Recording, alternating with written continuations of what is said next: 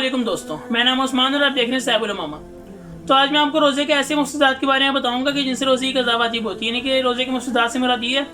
कि ऐसी चीज़ें जिनसे रोज़ा टूट जाता है। तो आज मैं रोज़ा टूटने की ऐसी वजह बताऊँगा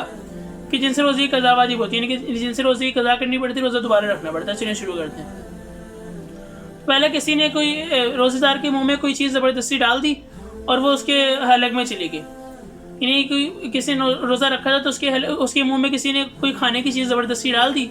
और वो गलती से उसके हलक में चली गई, तो इससे रोज़ का रोज़ा टूट जाएगा और कज़ा वाजिब होगी। और दूसरा कि किसी का रोज़ा था और वो कुल्ली कर रहा था, तो उसके गलती से उसके हलक में पानी चला गया। कुल्ली करते हुए जानबूझ के नहीं गया, बल्कि वो कुल्ली कर रहा था और गलती से उसके हलक में पानी चला गया, तो इससे भी रोज़ा टूट जाएगा। और तीसरे किसी को क्या आई और उसने वापस नहीं कर ली, यानी कि किसी को उल्टी आई और अभी थोड़ी बहुत ही उल्टी आई थी कि उसने जैसी आई उसने उसी वक्त उसको वापस हलक में उतार लिया, वापस निकल लिया, तो इससे भी रोज़ा टूट जाएगा। और चौथा कि किसी के दांतों में कोई चीज़ फंसी हुई थी और उसने मुंह में दांतों से निकाल कर निकल ली, तो इससे अगर वो चीज़ चने के दाने छोटी होगी तो रोज़ा नहीं टूटेगा, और चने के दाने की जितनी होगी और अगर चने के दाने से बड़ी होगी तो रोज़ा टूट जाएगा। और अगर वही चीज़ किसी के दांतों में कोई चीज़ फंसी हुई थी तो उसने पहले उस चीज़ को बाहर निकाला मुंह से और फिर उस चीज़ को वापस मुंह में डालकर निकल लिया, तो अगर अब वो चने के दाने छोटी होगी तो जब भी रोज़ा टूट जाएगा। यानी कि पहले तो दांतों में फंसी हुई थी तो उसको मुंह में ज़ुबान से निकाला, मुंह में ही निकाला दांतों से और मुंह में निकल लिया, मुंह में रखे उसको हलक में निकल लिया, तो जब तो अगर चने के दाने छोटी हुई तो रोज़ा नहीं टूटेगा। और अगर दांतों में कोई चीज़ फंसी हुई थी तो उसको पहले उसको हाथों से दांत से निकाला और पहले उसको मुंह से बाहर निकाला और फिर उसको वापस मुंह में डालकर निकल लिया, तो अगर अब वो चने के दाने छोटी होगी तो जब भी रोज़ा टूट जाएगा। और पांचवा कि कानों में तेल या दवाई डाली, यानी कि तेल डाला या दवाई डाली कानों में, तो इससे भी रोज़ा टूट जाएगा। और छठा कि भूले से कुछ खा पी लिया और फिर याद आया कि और फिर कहा कि उसको पता नहीं था, भूले से कुछ खा पी लिया और पता नहीं था कि अगर भूले से कुछ खाओ पियो तो रोज़ा नहीं टूटता, लेकिन उसने कहा कि अब तो रोज़ा टूट ही गया,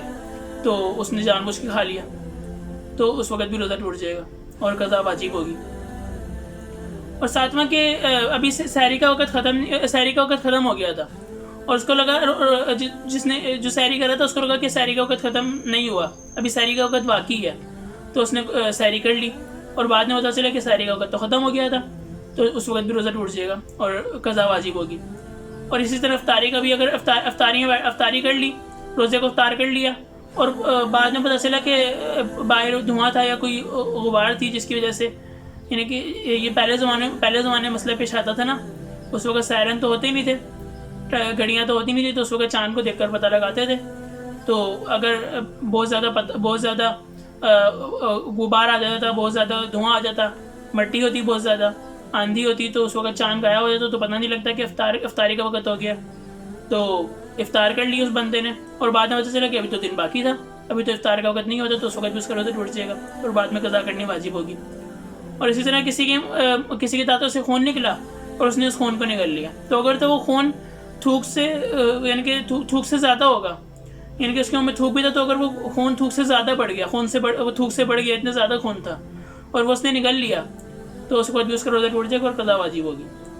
तो ये सूरत ये मुफ्सदात रोज़े थे कि जब ये इन वजहों से रोज़ा टूट गया तो कज़ा वाजिब होगी, क्योंकि कुफ़ारा नहीं आएगा बल्कि सिर्फ कज़ा वाजिब होगी, रोज़े की कज़ा करनी पड़ेगी। तो हमें चाहिए कि हम इन चीज़ों का ख्याल रखें, अगर हमें कोई भी ये चीज़ पेश आए तो हम उस रोज़े की कज़ा करें। और मिलते हैं इंशाअल्लाह अगली वीडियो में, अब तक के लिए खुदा हाफिज़।